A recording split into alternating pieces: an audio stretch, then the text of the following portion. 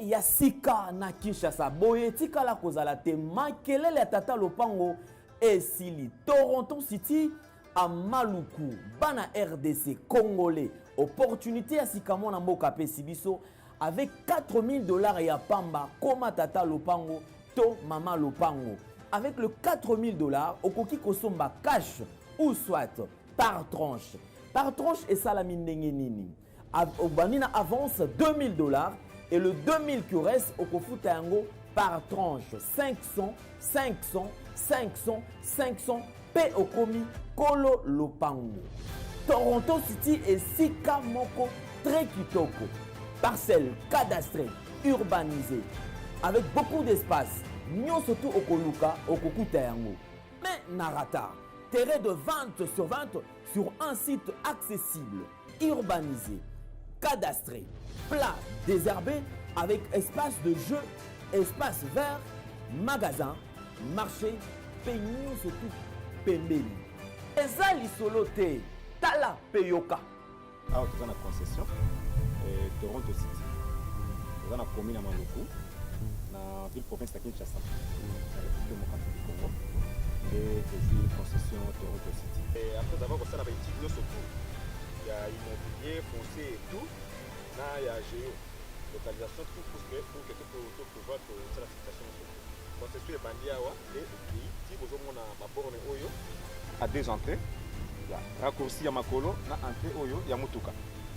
Donc, raccourci à Makolo, c'est-à-dire à 15 minutes, vous êtes déjà dans Makadam. Au Yamoulaï, c'est juste pour dévier, pour que les ailes soient fiables, c'est un peu ça. Dans la situation, surtout, nous avons les avenues, les grandes avenues de 8 mètres et des directions plutôt de 8 mètres et les avenues de 7 mètres. Alors que la parcelle dans Zali, il y a 20 mètres sur 20 ou bien 400 mètres carrés. Voilà. Du fait que nous sommes juste à l'entrée, nous sommes National Cameraman pour que tu visites nous surtout. La réalité, vous voyez, les bornes sont là, les bornes cadastrales, et puis tu peux visiter nous surtout parce que c'est situation à Moulaï. Concession à Mounen est tellement facile. Komi tata lopango, tona komi mama lopango. Yoka pour tout contact. Je précise bien. Contact ya poto ezali.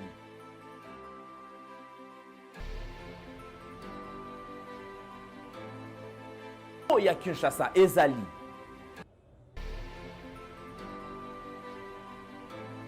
Mbongo ya muke avec 4000 $ okomi tata lopango to mama lopango makelele ya bayer bayo.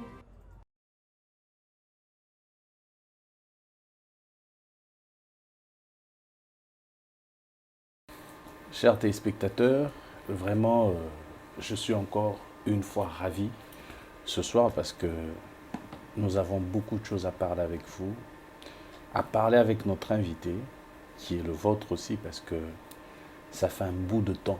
D'ailleurs, Bossé Nangaï, Bossolanaï, Makamweleke Belé, Amona Narati, mais Amona Naka, Alobaka, mais Bozoratan Bossolanaï, le loup Bossolanaï. Faut passer avant de se faire mon bébé, c'est un oh, mouton babé s'attendait. Ah, s'attendait. Aïe, au tas de son bureau. Ndega tona mo mesano mikolo yo to ya mamoete ah bureau zo samsa na mo et voilà lui c'est Era Ramsès. Bonsoir. Bonsoir baba. Président. Enfin au monani. Ngapena na vrai. Il est vrai tongo. Si Ndeni pepele. Ah en tout cas na sentir ba kwenda vutugele gitro. Oti no wapi? Na uti Goma. Donc tokende na compte à fondation Vibi à madame Vanessa Isabelle. Donc on avait pensé aux sinistrés na ba veuve militaire. Alors slogan ya voyage en ezaki redonner le sourire na bato ba souffrant qui par rapport à la guerre na ba volcan. Et on avait une délégation de 25 personnes au total tri ya bato ba respecter slogan on a pris des comédiens Saïsa et Dichesse même les Rigoki.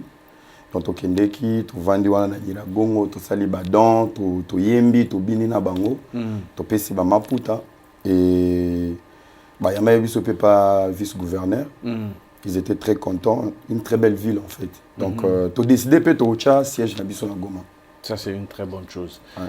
Mais to matato kita ngana une photo za en direct. Oza source ba problème belé era. qu'est-ce qui ne va pas? D'abord, okenda soupototé. Non, t'es pote. Nazalaki, ah, en Suisse, aux okende souté. Mais non, j'habite en Suisse.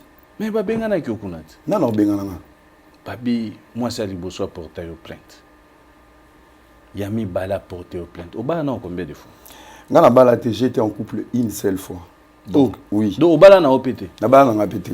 J'étais en couple une seule fois. Na bota moi nanga, ma fille Alissa aujourd'hui elle a 6 ans. Donc ba bengana na Suisse té. Lisolo ya obalobi ya plainte. En fait, il faut qu'on éclaircir. Il faut zonga la place à crime pour ça l'enquête très bien. Na ba bengana nga té. Procès on a nango, ils a procès à ba combattant. Et là, maman Bilabel qui na Suisse, il fallait abeta concert mon concert mon caritatif. Et ba combattant ba linga kité. Et du coup, kolo concert wana a contacté qui n'a pas na visibilité na communication. Et moi quand je suis arrivé, tellement n'ébé ba combattant wana na bengi ba maman na bi voilà, maman Bilabel a abeta té. Je suis allé voir maman Bilabel. Maman Bilabel qui me dit Aouti Goma, ko sala ba don, y a ba femme violée. Du coup, moi, tout ce qui est de l'Est, ça me touche. Parce que moi, je suis né à Goma. Je suis un natif de Goma. Automatiquement, j'ai validé pour le peuple de l'Est. Pour yo balobi identité pe banarate. Tanga papa na yote, maman na yote, famille ba yeba lekité, yaya te. Lelo lobi quand même que aux natifs à Goma. Je suis un natif de Goma. Dès nazongi vers bango na lobi non maman Bilabel lobi eza concert moko caritatif. Donc il y a ofélé. Alors, message au bino boana ngoya komba, boya, topé sabine sika, boloba, balingite. Koswa ne bandit. OK. Ndeto bandi koswa na koswa na wana sko ya ba mama wana ba profita nango ba kenda ba portanga plainte. Donc naza na tribunal te na moi si nani eza ba mama combattante, to na bango na procès. Siko yo zonga Suisse te point. Na utaki Suisse, na rola sobi na France. Hein? Kende France. Na les 42 par France. Mais tout haut pendant que Goma, j'ai pris mon vol Genève, Addis Abeba, Entebbe, Addis Abeba, Goma. Ya solo. Mais bato no bazolo ba bon ngaku to ba kit na bango na yaka ko sela ba ba émission na kit au place ba vandai. Siko ba live nga sala moko na mata kuna ke sa na côté na ngai. O mo te nga na puti. Na ova na Ukraine na va na Russie.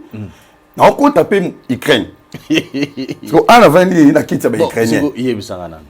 Et logo bato ba sepe na ngote. Yopeo qui finga matina poani. Na finga matina quel est le propos on a le loi qui matina. Tenez ba propos bien tendez nous rolo ba ke matina nenga za hypocrite. Et puis aux c'était Mike Kalambai naï. Non, son na lobi Willy quand même hypocrite. Il faut ce que bato na za hypocrite par rapport à nini. Hypocrite par rapport à Mama Tina en fait ils qui cri d'alarme. J'ai voulu interpeller Mama Tina. Ya roloba ba sortie médiatique ya mbali ça fait des trop. Moi Denis ce n'est pas de ma famille, mais j'ai honte na place à famille naï. Ozana honte nini. Honte na sens que ozo yo kisabiso soni. Siko ngane na biso na za mwana Denis na wanga na papa na nga. Na comportement bongo. J'avais interpellé Mama Tina. Ya rolobake parce que Denis c'est le cas d'émission moi lobby Mama Tina mutabondi la kaekutu achela nani Mike Kalambai nase. Donc c'est siko à part Mike Kalambai, ba tout au attirant, ba Marcelo, ba Joël Tatou, c'est que Mama Tina qui paraté. Donc l'hypocrisie c'est accompagnement ou un fonctionnement en balle. Bah émission ça là nandako qui repasse les habits. Yo za l'air, il n'y la musique ça. Il y a un lobby 80 émissions ça là par mois. Aux asi Mama Tina yebi contexte on a tout format ba émission là. Il y a lobby ba contrôler gete. Ba contrôler tendenge nini. Yé makamuto ça la selon yi. Hypocrisie musu c'est ça qui validé parce que jusqu'aujourd'hui Mama Tina za moi ya Denis Les. Mais on est tombé sur un deuxième mariage. Oh, Ezapé solo. Ezapé solo. Denis c'est abalai mukoni to ane. Denis abalai qui le 21 juin a kene ko se fiancé azo ki fille mombre na Belgique. Non. Babala na ki awa. Na Kishasa. Na Kishasa awa. Tina ndenga fuka maki pene ezaki ya solo. Bago eza montage te. Non. Abali penza ya solo. Oui. Yo za ba preuve nsusu. Ngana na ba preuve ebele mais nazo bomba on a ça trop. Na sepeli nde mikolo yo. Akomi bisika na ngaki akoma. Akomi wapi? Akomi sko bisika zo miswa lolemo. Na balate na zaka na moko oui na ndimi eza ba photo ya kala mais sko kala Mama Tina zaki wapi hypocrisie. Donc ndenge eza boye yo apparemment oye ko bimisa mutakala ya Denis Les. Ngana ko bimisa mutakala Denis Les. Yo attaque ya yo na me bandina no wapi po bana ko attaque na ngai j'avais ngai vraiment na zaki na ras-le-bol. Na yebi ke bato belé na ba comprenant vision na ngate. Moi j'avais le ras-le-bol que Denis Les n'est pas mieux placé de stresser les autres. Chaque pasteur, il faut garder. Au moins, il vit avec pasteur, il y a le droit autoroute. Il faut garder bande. Parce que Denis, il y a le droit à bande. Il y a ce que si ma voiture est qui manque.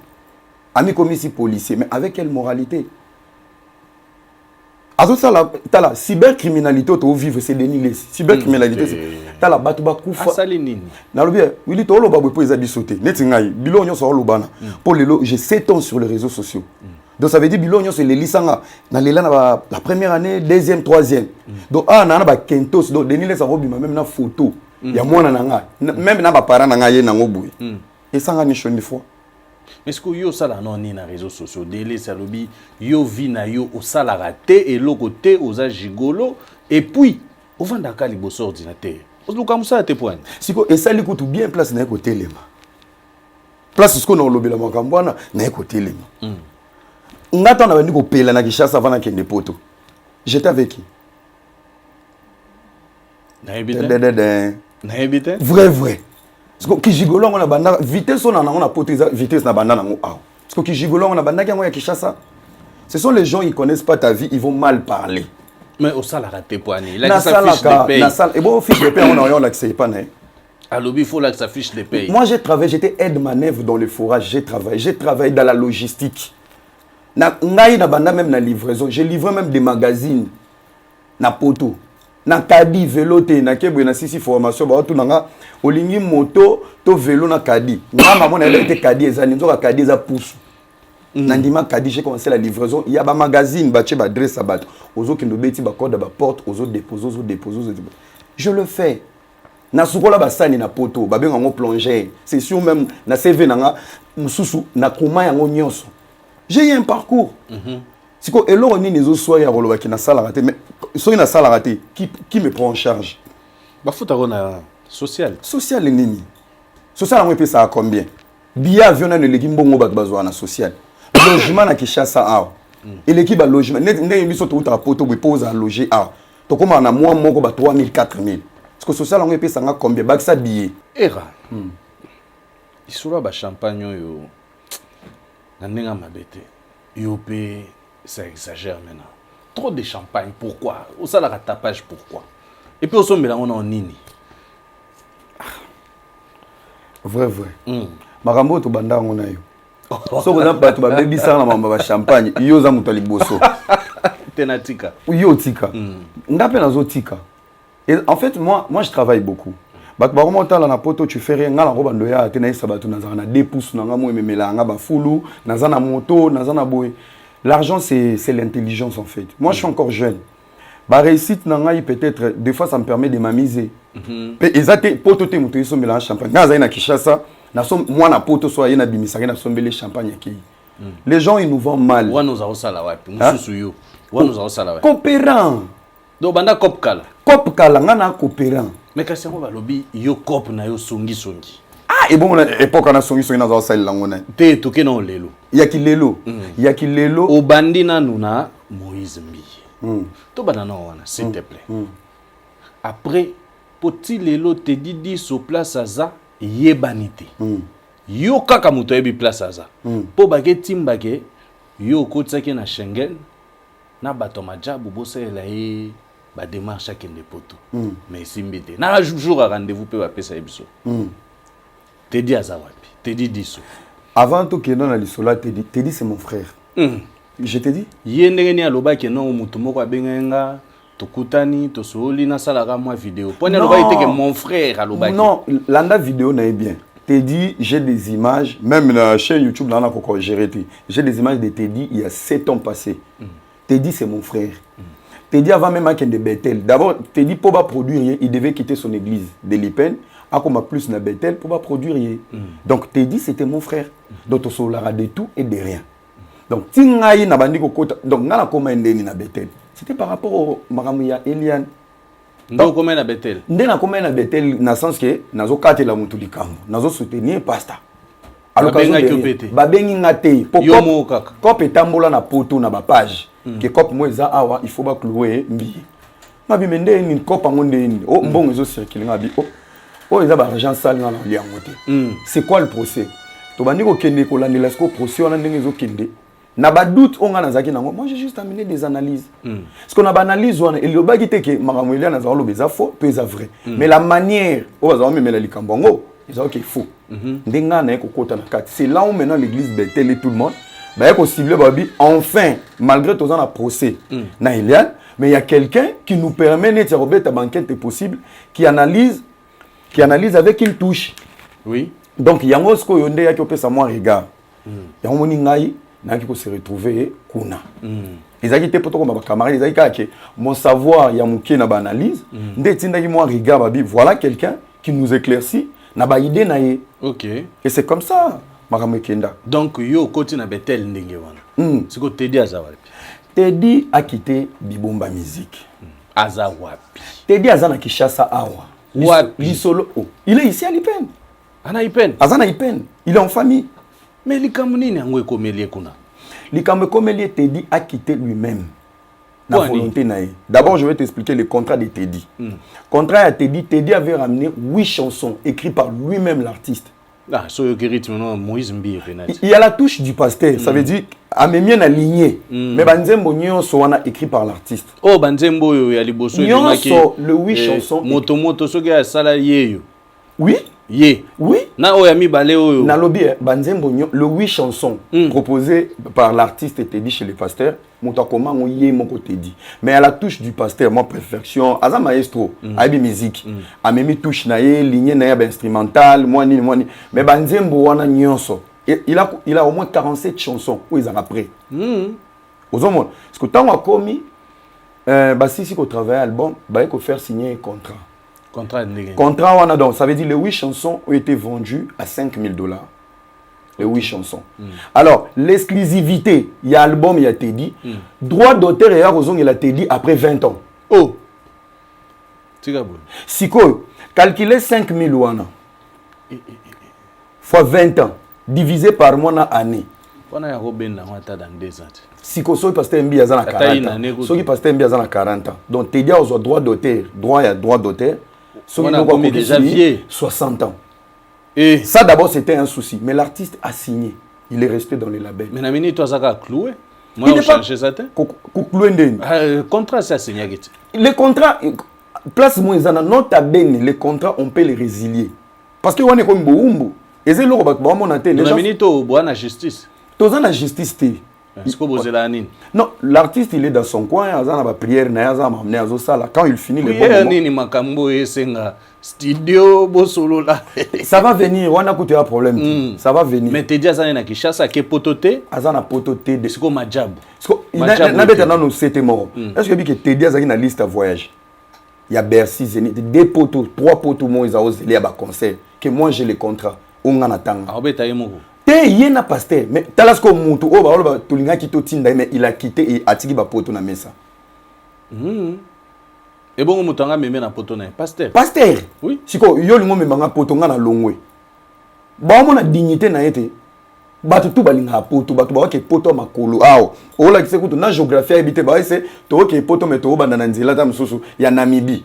Tu sais même pas voir que na boussole neza be Namibie za na se poto ya likolo me ba kenan. Donc l'artiste, il est là. Il est là, ouais. Raisonner. Ouais, il réfléchit, il se porte bien. Ouais. Bon, ce que tout le monde a dit solo à Teddy, je pense que l'éclaircissement a Teddy en Goana. Et bon, ma Kambaloba qui a eu mon live, a regretté il n'a pas regretté. Oh, Ndeko Boyamba qui a na mythomanie. A créé un makambo. Oyamba, Alvin. Petit frère mon boya. Ate, oh. Ça vient noter. Alvin. Oui. Ah, Tigaboy. C'est normal. Petit nana.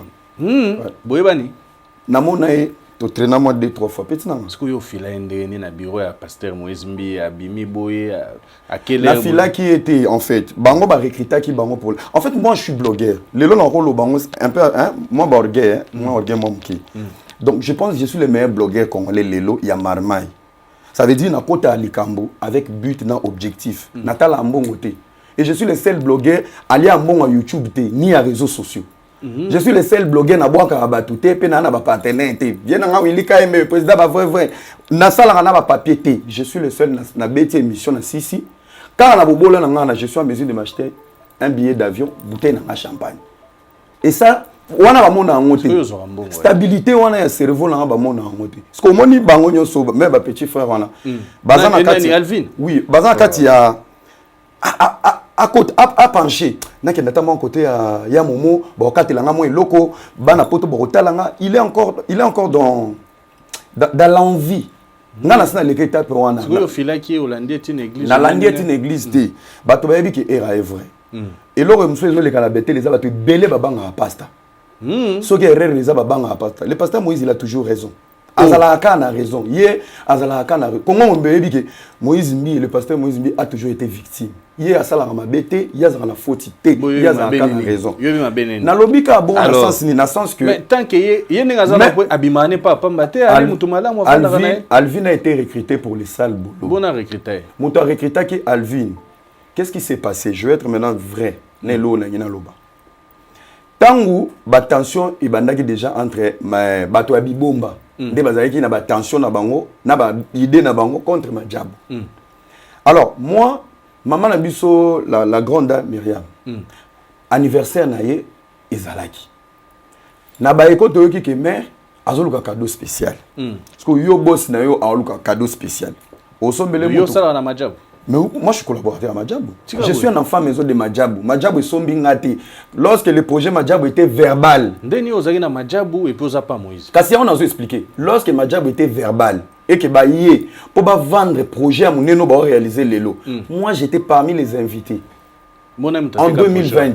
Nem tateka projet. Bateka projet bon côté que la kisa mokili. Ezaki projet à Moïse Mbi. Non. C'était leur propre projet. Ezaki pe amai kité. Si qu'on a lobby yo na biboy. Ngana to lobby yo za posa arrangement à l'arrêté. Ngas qu'on a sombi arrangement yo mbongo ne suka na moto. Pourquoi bando panza sango ke arrangement ezaki denanga. Mais somba arrangement au lieu de te plaindre ya koloba baibio projet est-ce que baibio pe na mbongo ya ça la projet wana. Ça c'est un faux débat. Moi j'étais dans Madjabou en 2020. Pe billet na ngawe me manga bete les ai billets à Madjabou. Yaka sera to voilà na yana biya Madjabou et à Bethel j'étais un simple mondimi et d'ailleurs n'a pas sa poids que on a voulu détruire l'église na OK ça mais la couleur en co je partais comme ça dans optique wana OK mais j'étais pas proche il y a pasta to benga na kato sala rabe non mais j'étais déjà un enfant maison de Madjabou si qu'autant on va lobi que mère azoluka cadeau spécial na la bi mutambo na mbongo sombele lupango te voiture te. Qu'est-ce qu'il faut faire? Na lukele bateau ba rosele ba joyeux anniversaire et zalwa ba surprise. Voilà. J'ai appelé mon ami Big Zaga na Belgique à blogueur pe munene a salelinga.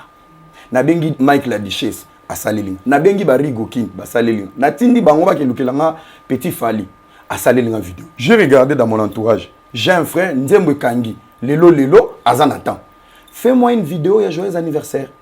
Et lui, en faisant la vidéo, mère Azuba vidéo a reposté en haut pour son anniversaire. Elle était très contente. Maintenant, le cas d'Ibomba, ndenge ba filara les enquêtes, ba ke ba kati parti à Teddy, ba tindeli label. C'est là où moi ngasko place les soanga na place na ko pa ba ya oyo, ba nyongela ba to Madjabou lino. Parce que c'est ça qui a commencé les débats. Donc ça a déjà ba blessure interne, ba déception mon financière na kati sous-sol, mais oya Teddy ezaki se connaît moi. Clique mon bruit. Bam bazu Teddy. Teddy yo vanda. Oh. Yo tu veux aller à Madjabou. On nous a dit parmi batou on va monter ba scénario. Petron Alvin pas na kati. Oh. Écoutez maintenant plus grave. Yo ozo qui ne Madjabou parce que Era est là-bas. Yo dit mais non. Moi Era on ne parle jamais de ça. Moi je suis à Bibomba. Bakomi ko benga et community harcèlement, bakota réunion. Il y avait le pasteur Moïse Nakatia conférence, et sa sœur Lydie, Paulin, ba membre na ba Bibomba. Dis-nous la vérité. Moi na lobby, nazana na OK Madjabou te. OK d'accord. L'accès de preuve. Te dit en azu pression tinelinga audio. Era s'il te plaît, fais-moi un audio pour justifier que yo muto senga ki ngai vidéo, c'est pas moi en fait. Pour eux, bakanisa ki te dit à sali vidéo yé moko donc neti baza déjà contact na mère. Et ça dérangeait déjà. Dès ce que te dit en sali linga audio ngale se te dit mais non. Ce qui est artiste na bango. Ba parole na isa sous na confiance c'est que ça sert à rien. Moi je peux pas faire. Non, moi je peux pas faire un audio pour plaire au label de mon frère. Mon frère non, par dignité et crédibilité, son mon frère a dit je ne pars pas. Il fallait pas l'accès bolingo de lui croire. Ils l'ont pas cru. Et les kinango et conférence et kobetama Teddy na Lidi. Bazo nani les mercenaires recrutés pour les sales boulots, les petits Alvin. Ce qui était plus grave, place ngana Silika, Alvin a l'autre côté na Bibomba ni na Bethel. Et l'autre côté dans le sens que on n'a pas besoin de lui. En fait, les recrutements du sale boulot. Tant voyez, bazaki na conférence Lidi, Teddy na Alvin. Et Alvin disait trop de bêtises. Teddy c'est mon frère aujourd'hui, il a le droit de tout me dire. Basololi. La preuve, il y a capture, il y a discussion, il y a Teddy, na audio. Teddy a tindé le responsable et à la belle. Alvin n'est pas responsable membre. Le responsable, il y a la belle, il est pasteur, il y a Paulin, il y a Lydie, Banani, staff na bango. Un groupe de 5. Ne bazaki en possession, il y a capture, il y a discussion, il y a Teddy na audio. Alors, une question. Un monsieur qui n'a jamais participé au studio de Bibomba, qui ne connaît rien du contrat, même à l'église, à Kimana église, il profite de l'opportunité, à ba sale boulot, il revient. Et qu'est-ce qu'il va faire? Au lieu de étudier le dossier, il se précipite pour aller maintenant chanter Era traître Ayaki na cop pour aller on l'a dit na Bibomba. Nous avons des preuves. Il prend quoi? Bah preuve où est censé rester dans la boîte. Donc ça veut dire ce que Bimi, c'est qu'on a recruté un monsieur qui va venir jouer un sale boulot. Mais tu vas prévenir. Parce que preuve on a atinda qui na label que botal en fait pour eux na c'est vidéo où atinda la kinga na c'est peut-être na atinda na pesa qui est contrat. OK. Donc des abona majabu te dire na contraté logo ta signé logo te. Amajabu mais on a contrat ndeni. Et puis aloba que non a salara jamais cop na majabu. Mais pour la paix du Christ. Ce garçon n'est pas un garçon de problème. Bato ba ebiki. Ce n'est pas un garçon à problème. Il a refusé, il a quitté Bibomba et il a dit à travailler na Madjabouté. Il était clair. Le Seigneur va promouvoir pour sa vie. Et bon, si vous connaissez Bibomba, papa Azaki na succès, des millions de vues. Ateki ba streaming, ateki a dégâts. Amataka moto. Amataka moto. Nazo ebso mon frère Azaki ko mata moto. Teddy. Soki ngana na kindo mo na ngana na kati ya voiture. Atika. Na obi na okosa poani. Bo azuran. Teddy azofana na kauka. Pas et pas na été, baofana na moto. Ah, longwa. Na succès nyostou. Succès à moto, les gens sont en train de dire Teddy ingrat, Teddy boy, Teddy a salibo. Même na bilamba ya clip, ngana tinda. Ah. Eh yesu. Nde bazaki na Moïse Mbiye kaka boy. Eza projet na ye Simba Lumière bungisa e bien Angela. Batala ba sepela na clip, ba vie ezokota tout. Azarata na mutu kate. Teddy n'a pas de voiture. Atikabilo ko anako. Nzambe na ngai. Nazoko sa sur la tête de ma fille Alissa. Teddy dans la voiture, Teddy Ndaku, c'est bon Ndaku. Teddy Ndaku, bazaki ko vendre 2 personnes. Ba foutre la studio 2 personnes. Ah. Ngaïta on a Kauka studio. De l'équipe même pas ça. Mais pourquoi on a dernier moment avant Longwa. Teddy a vraiment dans son église. C'est là où ils ont cru que Teddy a comment qu'on négocier na Batomaja parce que j'étais à Kinshasa. Teddy faisait quoi? Teddy a comment qu'on yemba na l'église. Banzonzingi, ba pesi moins 200. 300 à Kayembi Kotoyo. Attends la question est Bethel. Aïe maneka au fêlé. Loyer la fin du mois. Moi crédit. Moi bâti bien. On a succès. Malgré voiture exacte mais à ta bien. À combien est-ce qu'on kene ko yemba na ba église? Mais on a zobatama. Azobatama. Parce que Bibomba peso ba yebi na contrat ko yemba. Kende ko beta. Pona wana eza na ngo problème te. Pona wana bazako kipete. Ba la kake abeti na église à pasteur Joël bani de gauche à droite soka yeta que artiste azana succès moins 100 moins 200 mais succès nyo sona bozawo yo kati bato ba benge ingrat à part les $5,000 au ya album otomona pena obumona contrat dango ya ngwana définition nango l'artiste était là en 5,000 pas joie qui a kosomba ta mais na kati 5,000 wana bilamba na yemoko ezaki na kati tika Willy, au moment où on a un contrat, on a un détail, on a un contrat où il fallait mettre un poteau, on a un somme. Kenin. Na kati ba contrat. Wana na yana ngona bombe on a sata 4. Tika boy. Tout le monde a battu. Ate sika na minute azapi. Azongi na famille. Tika. Na succès nyoso to. Il fallait na na mwana ngai awalisa so na lakiseka. So monika nzembeleki mon tonton ba yebani bien. Te dis on a na poto to benge na appel vidéo abeta nga matolo te. Abeta moi na nga matolo. Alissa envoie-moi l'argent. Moi la chenga stress, moi 100, moi 30. Ah, oti. Boye nani. Yafana na Moïse Mbi. Et bon ndako wana est-ce que ça peut ya solo majamu te sombele passer Moïse Mbi. Bon nga na yebite hein. Oui yebite. Na yebite mais basunga ke mingi. Nambongo basungaki mingi, basungaki libota mobimba. Toute la famille Mbi a été vraiment aidée massivement. Il y a déborder. Mais c'est comme tu dis nini batu bazolo bake et Madjabou est sacrifié Mike Alambai. Et sacrifié Mike Alambai ndé. Et no batike ndenge wana. Batike était Mike, c'était un enfant maison aussi de Madjabou. Enfant maison de enfant maison, ça veut dire les gens ils ont voulu voir Mike quitter Madjabou. Mike il a quitté les côtés projet à compétition. Mais esprit ya bonzambe mais ma division té. Humilité, l'amour que ce monsieur il a, il est toujours dans Madjabou. Mais balobi que Madjabou on s'occupe à saler album oh ameki ko simba mutuboy. Simba raté succès à la raté. Voilà la mentalité ya ba congolais. Bato Madjabou ayeba na raté au ministère bimi champion et ayeba nité. Mais à peine on vient d'arriver tout ça course na mututin. Tout ça course na mututin. Tout ça course na mututin. Bon Madjabou on azum bon wapi. C'est ça le problème. En fait, Kolo Madjabou c'est un pasteur, le pasteur Roy Bondo. Ouaza pasteur. C'est un pasteur. Tigaboy. Oui. Au-delà d'être pasteur, c'est un grand monsieur Nakatia Mboko, mais qui a beaucoup d'humilité. La discrétion. Discrétion. Mon frère, au-delà d'être pasteur, Moutou, son émission Moutou, et Vandiwana. Ma responsabilité est Vandiwana. On m'a dit que la lapidé, c'est parce que Barono Baraté, Babi m'a pas beau comprendre. Moi, je lobby, mais attends fou. À Kokosolaté, tu sais, à chaque fois sur ma cambreza, il y a le baka. Batona Basalanga. Bazo PC Mawa. Donc, à moins que vous souffrez.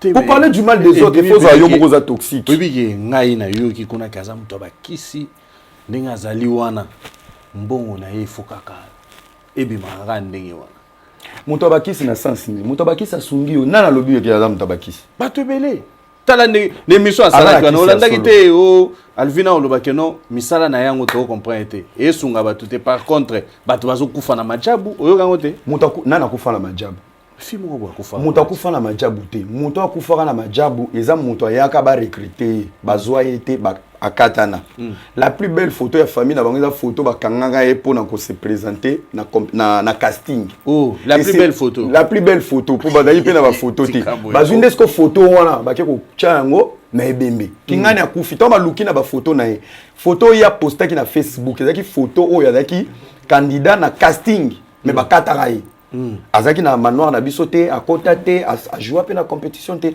moto akufa na Madjabou te ya solo information na pesu ya ngwana oh même so to ebiga ki akufa na Madjabou bona bato balingi nde bolamu te na mboko balingi bolamu te tout le mal au babandi oui elo ezo salanga pas c'est ça que la plus belle chose où ils ont paraître na mboko parce qu'il y a aucune compétition où ezaki na standing na niveau ya Madjabou. Vous savez il y a combien de pays où on a monnaie na Madjabou. Si je te dis je t'informe maintenant na ebike indelanga mais je t'informe maintenant la Côte d'Ivoire demande la licence de Madjabou. Ah bon? Baki nangoko Abidjan. Afrique du Sud des Osenga. Il y a des pays au monde des abou ceux qui ka Congolais continuer. To mo be so to kenango fo et tikalawa. Pour ceux to kenango Côte d'Ivoire ezako to bangi bandoki ya Congo. Ça va rester ici. Si les Congolais ne savent pas voir la grandeur de ces projets, il y a d'autres pays bah au monde. Tiko yebisanga nano yo po comment ozo attaquer Peñel trop hein na ozo attaquer Peñel ta makamba Peñel ezaki ma mususu ezaki ka na recadrer ndeko mama sorti na ye ngala Peñel to kana te depuis kala tant abimaka na réseaux sociaux na yo ki kuna bengo PD zo Mike Alamba ya koma na zo ebisa yo ozaka PD na e bandeli ba ben soki alingi na ndimango na kondima na tanda te ozaka PD te na ndimango na tanda ozaka PD naza yango te ngana papa bana bocha ba boucle d'oreille papa aspezo bouma na yebisi basuki bénédiction mal emballée un génie mal compris ngana faut que ça soit américain soit tu me regardes pas soit tu regardes mon fond tout gagner tu sais je vais toujours zongela moké mais je profite pour saluer celui qu'on appelle Jerry Panzu Konde qui soutient quand même mon artiste Glock Boy qui vit en Belgique. Il a sorti quand même 2 singles. Il s'agit bien de HM en marié. Et je suis en train de l'encourager. Pour l'instant, il est en Belgique où il est en train quand même de se battre à gauche et à droite. Coup de chapeau à toi et bonne chance à toi. L'artiste Glock Boy en direct de la Belgique. Je profite aussi pour saluer Merveille Ngams. Elle est aussi artiste. Elle vit en France. Rapidement, je profite pour te saluer là où tu es. Courage pour les belles chansons que tu es en train de sortir et surtout les reprises que tu es en train de faire. Et je profite aussi pour saluer le docteur Jeff Njadi Leteta, don des dieux, on le dit, ni Facebook, ni WhatsApp, ni Viber, mais il est parmi nous. Encore une fois, bateau va au Panzasango, on va continuer au Panzasango. Bon, ça en a bien, moi. Tout le monde comprend des témoins bateau. C'est très important au Yo Karapé. Merci encore une fois de plus à mon frère de tous les jours, de tous les temps, Patrick Chiro. Encore une fois, merci à toi. Et à Momo Mongane, le grand homme d'affaires, salutations à toi. Et je remercie encore une fois Saoula, à Rodriguez, à Moutounangaï depuis London, salutations à toi. Et merci à Jérès Peugeot et surtout à Nadar Joker, depuis la Grèce, nous sommes ensemble. Nengeto Messana toujours, Kouyebi Sabino, vous l'avez remarqué, lui, c'est votre. Et moi, ami ben blogueur. Oui, blogueur. Hein? Le meilleur blogueur. Le meilleur blogueur. De la marmaille. Bon, awa torana bandego na biso yo. Tolinga ramembo mesana.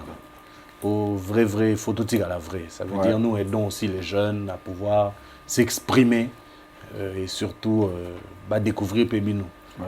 Voilà. Est-ce qu'on peut permettre quand même moi mituna ezala. Et mituna par rapport à ezamo ebele. Problème. Ok, d'accord. Je vais commencer avec le premier qui va poser la question. Bonsoir, Président. Bonsoir. Bonsoir, Satandé. Naïdiko Matina 10. Oh. Moi, c'est Christian. Yo, so qui comment? Satan 2, 3, 4. Abikoto 4, écoute, ils ont ma belle à côté de la prison. Moi, je suis à Bolo. Oh. Influence sur un débat. Très bien, moi, c'est Christian. Enchanté. Et Pessi Solo. Bien, Pessi Solo par rapport à Solo. Oh, Pasta Salaka, moi, c'est juste moi sous question dans Bandanango. À Salaka sortie médiatique, moi, tout baloba, quand il non, maman, a zaki au salaire, avance. Au salaire, avance. Et puis, comme il y a zaki, moi, dire, dès qu'on a biso, moi, comme il était faible, parce qu'il n'a pas retombé, sous azo apparaître faible, dengue, bazo akizé, ndenga ndimaka comme un ngambouana. Opinion avec vos amis. Très bonne question. Très bonne question. Opinion dans la place, là, je pense que c'est une manipulation. Parce que madame Wana Yebiete, c'est une grande dame.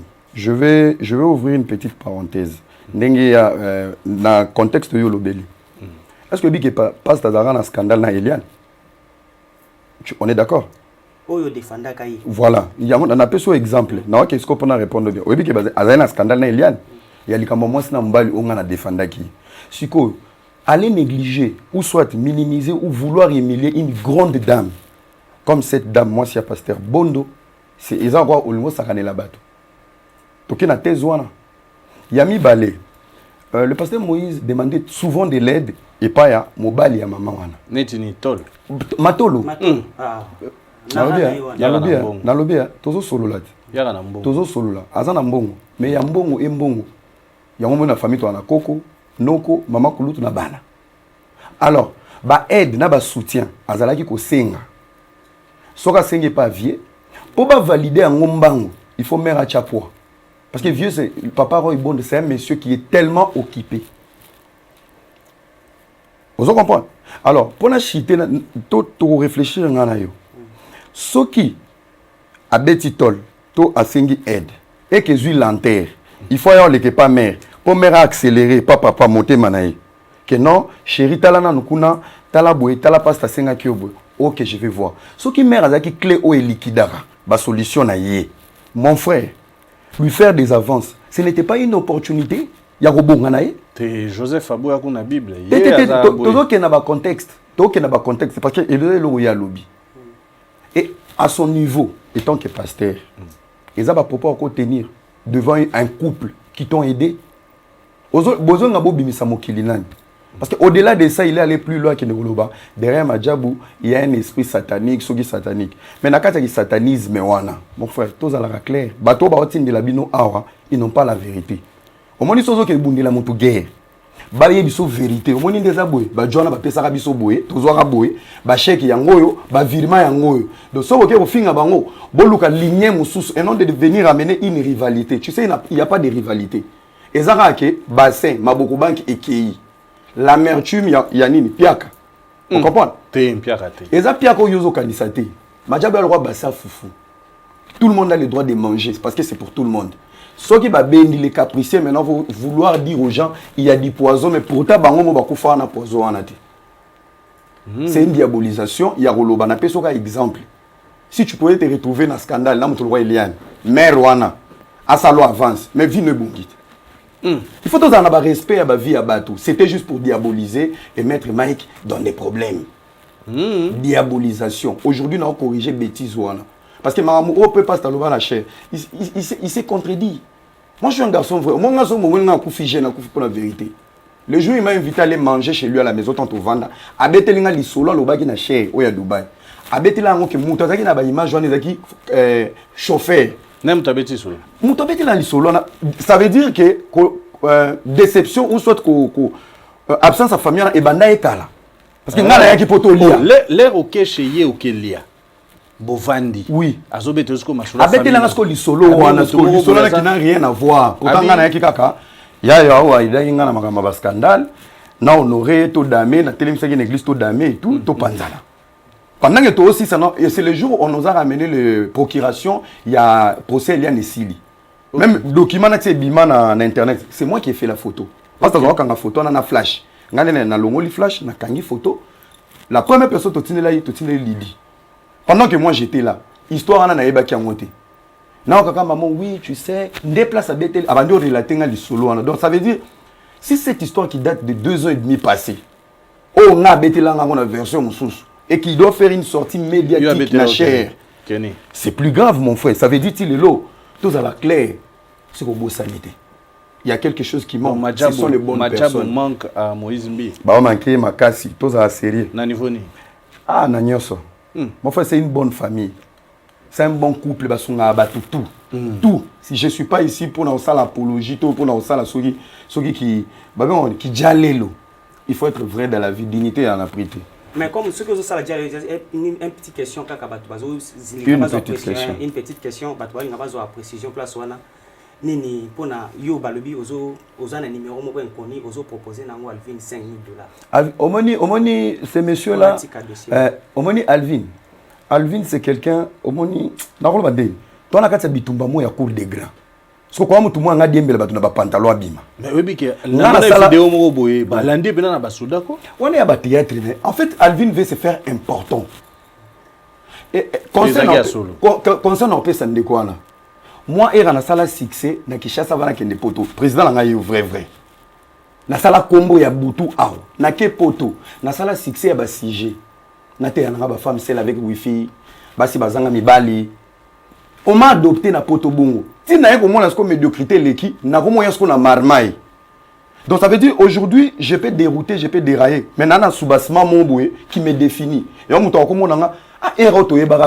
veut dire que moi, j'ai une touche qui est dans moi. Je suis le meilleur blogueur, je suis la seule personne où on a la politique. On a un débat politique. Je suis dans tout.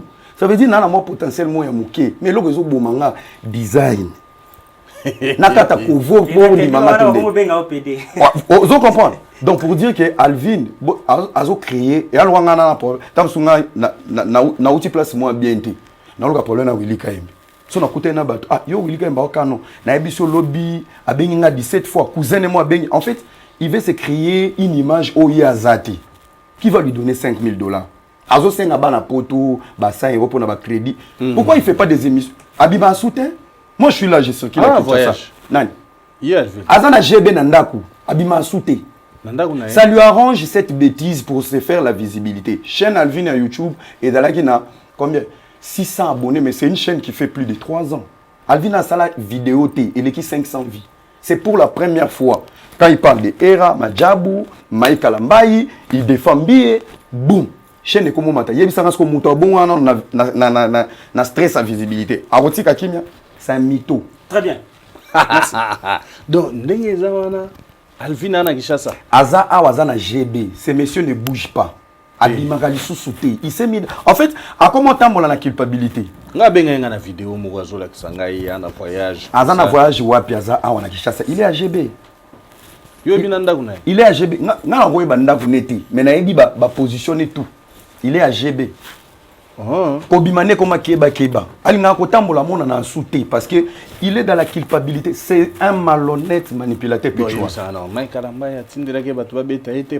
Papa, Denis les sikuta finga Mike de lundi au lundi. Mike na tinda bakite alo baraka. Kasi on a lobité. Alvin commence à déborder. Pechuana. To joa moi de quoi moi si mususa. Elle est belle hein. Au bandi. Merci. Yo za pédé le kamni na bana. T'as le niveau. Waouh. Bonsoir ouais. Bonsoir. Bonsoir Ira. Bonsoir ma chérie. Belle or Louise, belle or. OK. Question na ngeza boye. Na mona ki pasteur Denis les alobi que non pasteur Mike ana bana mi balé. À part abotana Peniel, ana bana mi balé na Angola et puis na Paris. Yo ko justifier ondeni. Bon, avant de justifier, ma question notée, mais il faut réfléchir. On gagne quoi avec un monsieur qui a l'âge de Denis Lessi, il y a un solo, il y a Mike qui est à Angola. Bon, ce n'est pas un demi, oui, on a justifié en Angola. Soit on a occupé, on a occupé. Denis Lessi, c'est qui est. Il nous ramène dans la bêtise. Il doit utiliser son âge pour de bonnes choses. Moi, Bilamba Zolat, il y a Bilamba Évangile. Tant de perdre sur YouTube, ils attendent. Bon, tant payé, il y a sauvé ma âme. Pour amener mon résident et quand même na courant. Donc, tant de sauver ma âme. Et à terre. Il est amené quand même na courant. Et quand même na courant. Non. Ben, fait secondaire et mon naka. Tu es prophète. Donc, il y a solo. Lobi que yo manqué trop na DJ de mutuna yo. Alobi na ngai me. Lobi que rake musika trop na. Na ke musika te. Omoni solo mo sakana na potopoto. Okuta na bato ba sakana na yo. Neti question no tuninga. Je ne sais pas, ça sert à quoi? Ta communauté en a posani. Admettons son ngaï na Chizemi ana Kishasa na Wangani. Le mal avec le Congo, au moment où tu n'as pas des éléments importants à contrer Moutou, vous utilisez le côté physique, le côté vie privée à Batou, en sachant que et qu'on détruit Moutou. Et bien cette communauté, tu comme dérouté. Il y a logique, il y a makambo. Regardez même les débats politiques. Ah, politiciens moi gagnent na ba idée. Mais tant qu'une émission, pas très bien la politique parce que moi, c'est un mokolo. Qu'est-ce que ça a à voir avec son intelligence? C'est quoi l'objectif de ces messieurs Denis Lessi? En fait, lui, il est là, il a le monopole pour parler de la vie des gens. Tant que lui, Magatita qui bat en Angola, il y a bali défaut. Angola, na Paris. Na Paris. Parce que banana mutu babengi ba ebise ke ba ki pa bangote. Question na mokolo mo na papa Mike Tunai. Mais moi, je pense que Denis Lessi, il faut tout aider. Il a besoin d'aide. Mais on a aider. Ok, deuxième question, via Instagram, il y a Zawadi. Tout le monde a dit qu'il y a des soucis. Maintenant, pasteur Mike Kalamba, il a fait le live. Il a dit que non, Zawadi a dit qu'il y a des soucis. Et pourquoi il a dit via Zawadi? Parce que Zawadi a conseillé Bilognos. Zawadi. Tout ce qui s'est passé avec Zawadi, ça a été un coup monté, un complot. Zawadi n'a pas zémité. Bazora zémi so lalina mobali. Bon, on dit solo, tous à la rabat. On dit dignité à moi si. On y a facilement boy. On expliquer batou. Na pas ça vient un indice moko. On dit Eliane Tang Bazaki na procès na pasteur Mbi. En voulant rajouter des éléments, il fallait qu'on trouve quelle stratégie pour dossier Vimba. Il fallait trouver dossier à Zemi. Eliane nous a expliqué qu'à Zemi Mbi, il fallait avorter. Na loi na biso a na Congo avorter mais bakanga na mwasi na mbali. Alors comment faire pour mbiatika la na ber? On a téléchargé qu'elle s'est fait droguer par madame Mireille Moukeni. Ba tchaki est drogue, toi va tourner hôpital les a à hôpital pour ebima que Moïse l'a forcé à avorter. Donc automatiquement condamnation, il y a avortement on a et là tambi pour dossier Evima. Et à Boumouana. Ça c'est des magouilles à Mike. Zawadi maintenant pour expliquer aux gens pour transformer en scénario et comme la viol à éviter de la liboso à bêter le solo vaseline pour dire que nan na sala ngote et comme que j'ai été forcé pour faire derrière et ça ramène bien ça vous a menti de A à Z tozao les Congolais ne veulent pas réfléchir donc na maminyo surtout ba conseiller bien pas maman na lobby yo moi ça libala yo yembala moko bandi ko filmer au filmer ko to zoomer au luka belema mo balibi mo et au signifier que réellement tu étais là-bas. Et moi j'étais la première personne dans la mona Zawadi. Dans la mona Zawadi tovana neboué. Qui a Zawadi? En Australie. Azawate. En Australie. Tant que la troisième vidéo à papa Mike Bavandi na katia voiture. Tant que tourné. Qu'est-ce que j'entends que je me suis fait filmer. Tu m'as filmé. Zawadi a Wangani. Ça veut dire que c'est quelqu'un qui est normal à Ebi Bagé na complot salaki. Et elle nous dit, bah, vidéo, bah, tu vas donner sa vidéo, les abissous. Merci beaucoup pour la réponse. Nous prenons, je prends rapidement l'autre intervenant qui va aussi poser sa question. Bonsoir, vrai. Bonsoir. Bonsoir, mon frère. Bonsoir. Ramsès. Oui, he's back. Ok. Moi, c'est dans le Moussou, les métiers noirs de la presse congolaise. Fabregas. Merci beaucoup, on est là. Bon, ils ont moins d'un beaucoup à répondre à la question. On a des il y a des personnes, ma belle dans les chambres des Chinois congolais, na maître Ben Djeko, conseiller principal, la ministre Yamine. On a une question. Quelle est ta motivation vis-à-vis de Mike Kalambay? Parce que on est parlé au Sokolo Lati, ou à foncer, ou à répondre. C'est quoi ta motivation? On a eu un lobby qui est na Lati, na Ye. Au Sokolo, il y a un parfum, ou qui répondre. Sortie pédiatrique. La question de répondre wapi? Oui, pour répondre. Ah ouais. Oui. Ici d'abord, je suis venu comme ami du vrai qui est mon président. Avant qu'il y ait Poto, j'étais tout le temps avec lui. Et de deux, je suis venu parce que dans le dossier j'ai un mot à dire parce qu'il y a eu mon belé. Donc, je ne suis pas là pour faire le buzz, je n'en ai pas. J'ai déjà un an. Donc, ma motivation, c'est pour éclairer. Ma motivation, on doit stopper la médiocrité. Ma motivation est que chacun de nous doit s'occuper de ses affaires. Laissez-nous, les gens de Madjabou, faire notre job. Et tout le monde, chacun chez lui à la maison. Denis Lessi, les prophètes, dans son église, et tout le monde, Alvin, il doit se trouver un boulot. Nous, on travaille, mon frère. Quoi? Tu vas respecter 8000 km. Je ne laisse pas l'Europe pour venir m'amuser ici. Je travaille. Et c'est gênant, structure, mon besoin en haut. Bon, vous allez tout le temps être attaqué, ça ne va pas. À un moment donné, on doit parler. Moi, je suis un superlatif, un bon parleur. Donc, j'ai le droit à éclairer, parce qu'on nous salit. Valoir le silence est une réponse. Est une réponse dans une très bonne communauté. Je ne pense pas nous sommes cette bonne communauté. Silence, ce n'est pas la Congolais, c'est la culpabilité. Ce qui va se passer, c'est qu'ils sont solo. Pourtant, ils ont joué la maturité. C'est pour ça qu'il est temps que chacun de nous soit causer le camp. Vous voulez faire causer le camp, ça la direct nanda. Répondre. Parce que plus tu es dans le silence, on va ils ont répondu, ils ont. Voilà un peu la réponse à la question. Ok, merci beaucoup. Il y a une deuxième question à dire. Dis-nous un peu, Obi, aux ancats, ça va faire. Tu connais bien Mike, tu connais bien Moïse Mbié. Quand il y a voix mon côté, où il faut mettre paix dans la bombe, tant que frère ou à Iblo, on doit trouver la paix au lieu de continuer toujours dans le biloko. Au moins, ce qu'on va biloko, tant que Yambarasko, yaya. Mais si papa Kouloutou, Denis, les surtout qu'on sort. Tout le monde est content de cette bêtise. Aux opé sanga fardo. On a en salle. Moi, j'ai pas de position. Le problème est qu'ils sont à la vraie. Penchant dans les obi dans sens que li solo ne na yoka ka forma. Nane na yoke lion pour la deuxième fois. Balwa ko ça les cas. C'est ça maintenant qui me dérange. Je peux pas rester calme na li solo na yebi ba betela ngondenge msusu. Le lobi mi na cher na vanda kimia. J'ai peur de personne mon frère. Mon tension ma dignité na ngazate. Et ce n'est pas à moi cette responsabilité. Il y a combien de pasteurs ici? Ça les arrange. Denis les pouvait le faire. Mais pourquoi il y a combien au service? Ba ko tinda bango. Il n'y a personne qu'on envoie pour aller parler. En plus, on ne vous a pas expliqué. Je vais donner un exemple. Exemple, les petits Alvin, à chaque vidéo, mon anniversaire, mon à Dubaï. Pasteur Azalaki, pasteur Mbié Bazalaki. Tu as le plaisir de regarder vidéo et écrire des conneries au-dessus. Mais on ne t'a pas dit qui avait pris en charge les voyages. Et les billets d'avion. Tu vas même quand il lit, tu vas faire son preuve. Il y a son nico, papa. Alors, il y a un bazo tindo le bon. Kende ko attaquer les era. Mais aux autres émissions, bilamba on a appelé ça qui est à la tissu. C'est pas crédible. Vous en parlez. Moi, je pense qu'ils ont un niveau dans ngate, ils ont charge dans ngate. Aza homme de Dieu. Dans le dossier d'Eliane, il nous avait dit le Seigneur lui avait instauré le silence. Et dans ce silence, y compris moi. Et aujourd'hui, le Dieu qui lui avait instauré ce silence a changé. D'accord. Ok, merci. Merci beaucoup, c'est très gentil. C'est vrai que dans tout ça, moi je me demande. Yomo zo sambela. Ngai. Nga sambela partout.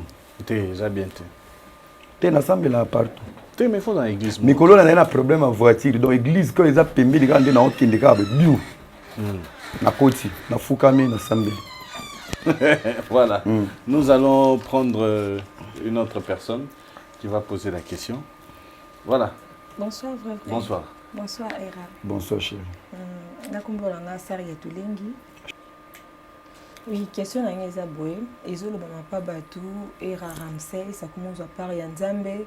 Ole atika Nzambe a jugé ba wana ye, a jugé ba sali na ye, mais yo komi kozwa place ya Nzambe ko juger pasteur o bilamba na ye olala tant pour évangile et comme pour sala ba vidéo ko ba buzoba yebisa biso na fotika Nzambe asala musala na ye étant que Nzambe yo pe kipe makambo étant que mutu parce que ba pasteur wana malgré ba mabe na bango et pas Nzambe ayibinde ni na juger bango ayibinde ni na zwaka bango et puis question na ngami balé zaboy tozela mutakala ya pasteur Mike tozela ba mege si la ba charge si la ba téléphone to monate mais à ma grande surprise to komona ke era kutunde azu mutakala ya pasteur de l'Église mais entre temps azu nié azu ba ke Isaïe était eza makambo kala boyena boy. OK. Question liboso le bien très bien le bitoti kanzambe a jugé ba pasteur ba sali. C'est qui un pasteur? Un pasteur c'est un protecteur des brebis. Ça veut dire mo bateli bampate. Rôle au Denis sazo jouer. Azo batela bampate. Il s'est fait des ennemis partout. Parce que le pasteur a attaqué, ça veut dire que ça ne ramène pas l'amour. Politique comme il est là, dans le monde de pasteur, qui s'est clashé, dans la chair et tout. Au-delà, il y a bango. Le pasteur a une manipulation facile. Les chrétiens, le pasteur n'est pas nzambe. Automatiquement, lorsqu'un pasteur parle du mal de l'autre, bandimi nae ba okoma pe contre bandimi à côté kuna. Et à la lire où va les choses, mukolo zali kande ba bimana ba limité wana ba ya koto ba yebwe bubu ba bundi po ani ba bundeli ba leader. Donc un pasteur tant ne touchez pas mais ouais, définis-toi comme un ouais. Donc lorsque tu te définis comme un médiocre, tu vas danser la danse de la médiocrité. Donc pour moi, je pense que je n'ai pas pris la place de Dieu. J'essaie juste de recadrer. Vous en parlez même quand la Bible lobby film na mukongwazoba mais et définit ça qui était obeta yaya to pasteur. Parce qu'à un moment donné to longa na ba logique wana.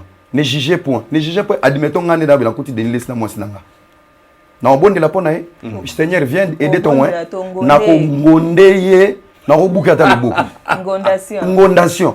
Vous comprenez? Même Jésus Christ, tant que Martin a ngomba ke ko bon de la 3 jours. À sa descente à kota yini. Akuti bato ba komisi ndako ya tata na e wenze. La Bible dit Jésus chassa. Na format un verbe wana, Jésus était fâché. Ça veut dire quand dans les a raison. Vous comprenez? Donc le rôle, il y a batouana dans 8 places en Zambété, il n'y a pas un droit stressé, il y a un monopole, il y a un mal à l'aise. Ok? Il y a une place en Zambété, il y a un GGPI, il y a un réseaux sociaux, ce qui est il y a aussi une carrière, il y a médiocrité. Il y a aussi 100 euros. Aussi 100 euros. Pourquoi? Denis, c'est devenu un business. Il y a une chroniqueur qui a l'émission de Boyaki. Denis, c'est un foot. En fait, on utilise son image pour un nombre de vues. $20, $30, pour lui, à mon avis, émission moro iner, à l'obi biloba, il y a $30. Il ne sait pas derrière les $30. Na moi, tu as koko la batouana chaîne, moi $800, moi $500. Donc pour lui donner 30 ou 50 pour alimenter ma chaîne à bango, c'est rien. Et pour lui, c'est devenu un business. Maintenant, dans le business, tu dois avoir toujours des éléments ou des choses à dire. C'est pour ça que ça lui envoie dire des bêtises, des conneries, c'est mêlé de la vie des gens. Hier, il a dit Thomas Loko Fabete concert lobby. Obi que lobby a salé l'émission avant de Babi. Thomas Loko fait maman Michel Chabani dans mon abon clarté. Donc, à comment on a déjà dossier Moussous ou qu'on permettre à fonctionner dans mon chaîne Moussous. Pour la question, il y a mis balai. Quand j'avais essayé d'interpeller Maman Tina, il n'était pas content. Ayaka lobby, à l'ingité va toucher ma vie privée naïe. À Siliki. À Siliki. Ah, Siliki. Na kumisi nzambe parce que ayoki bololo o baninga bayokaka. Ayaki pena tout rouge à Tomboki. Et l'erreur qu'il a fait, il a voulu jouer avec Poutine.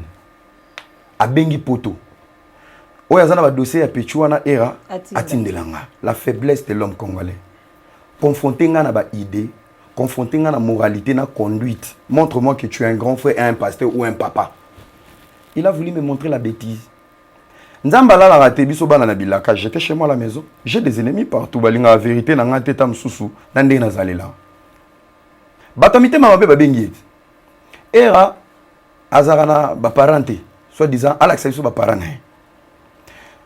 Era aza PD. era achaka choko era moi si mutameme na poto era na poto asala raté era azana justice n'expliquer déjà ma justice on azana ngo na ke na thèse ya babilo ya loba nanga era aza PD le PD congolais jamais tout le monde a PD à ba congolais azana ba paquet à vilain et aka biso ba bougar na ba vrai vie et aka biso ba to ba propre ça veut dire bon chic bon genre et tindi ba traité au PD era n'a pas de parents na ke na thèse wana si même j'ai des parents na ke na thèse wana c'est que soki ba komo ya mangabwe la Bible dit le père des orphelins le mari des veuves c'est que j'ai un père des orphelins qui m'a béni aujourd'hui j'ai réussi soki moi si muta memanga na poto Dieu m'a fait grâce nazata mana Willy Kaim nazara danser été na sala test d'orchestre été nazala chroniqueur été na bima TV été vi na ngeza ikaka butu na cop c'est que nazwa ngolu na miso kolo yo ke poto soki na komi poto na sala ngate mais naza véhicule talande nazongela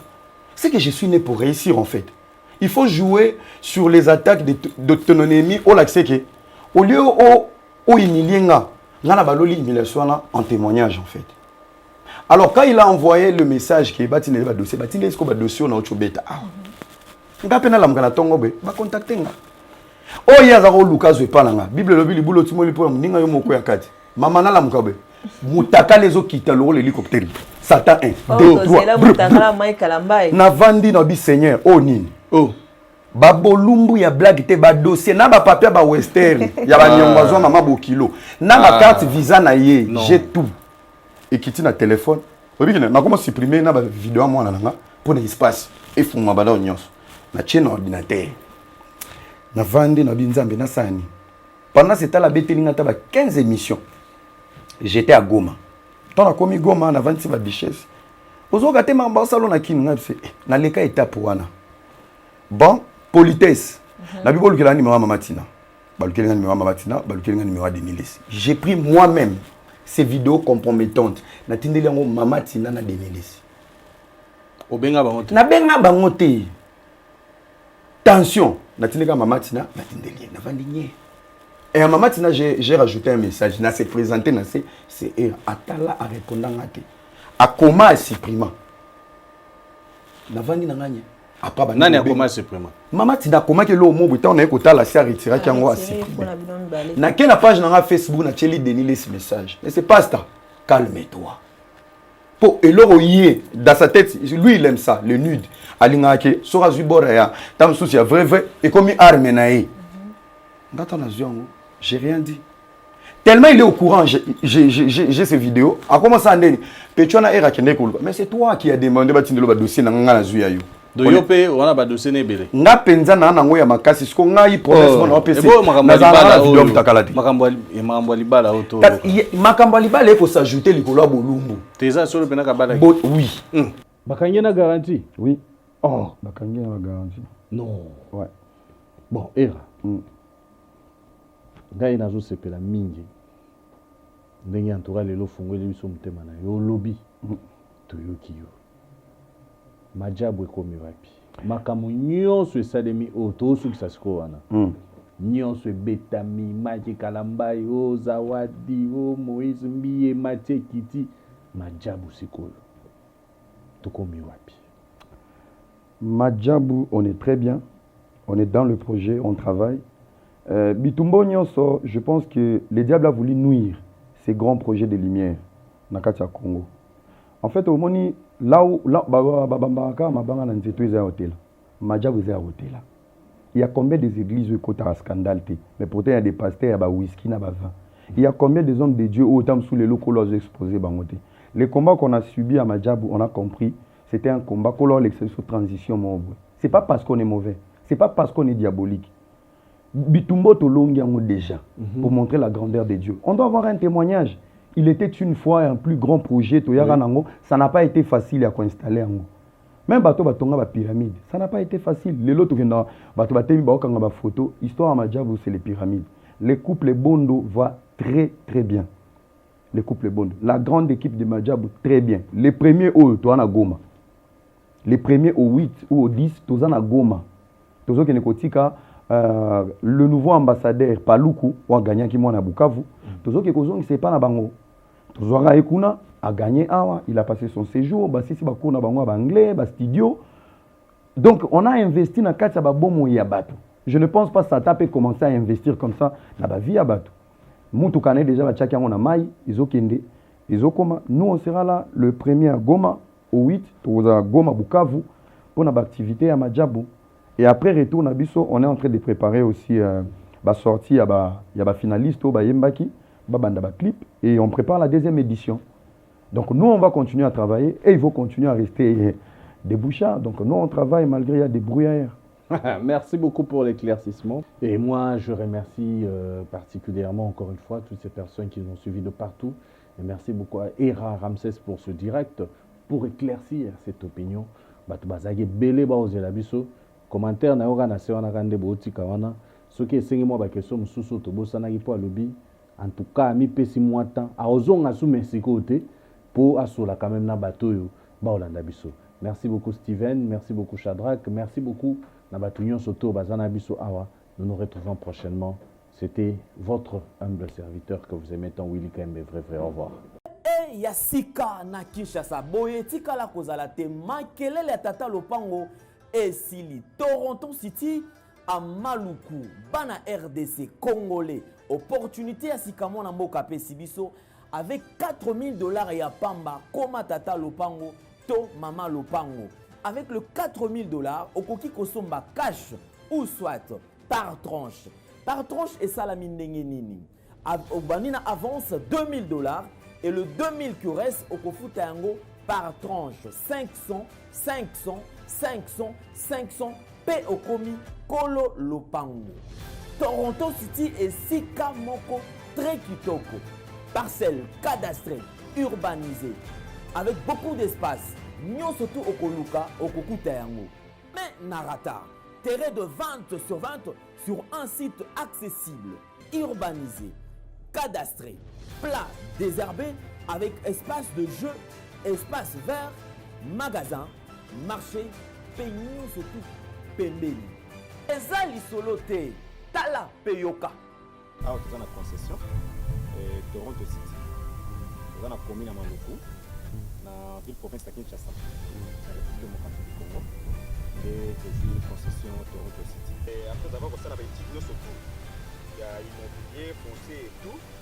Là il y a géo, localisation tout pour que tu puisses pouvoir te la situation. Concession est bandit et si vous avez un borne oyo à 2 entrées, raccourci à Makolo, na entrée oyo ya Mutuka. Donc raccourci à Makolo, c'est-à-dire à 15 minutes, vous avez déjà dans Makadam.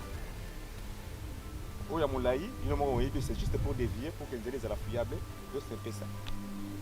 Dans la situation surtout, nous avons les avenues, les grandes avenues de 8 mètres et des directions plutôt de 8 mètres et les avenues de 7 mètres.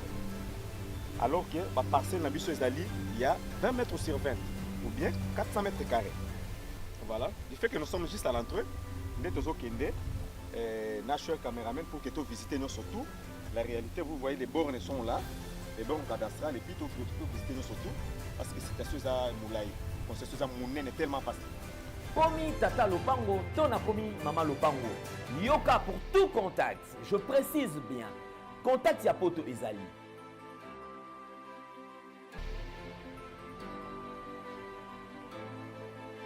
Ya Kinshasa Ezali.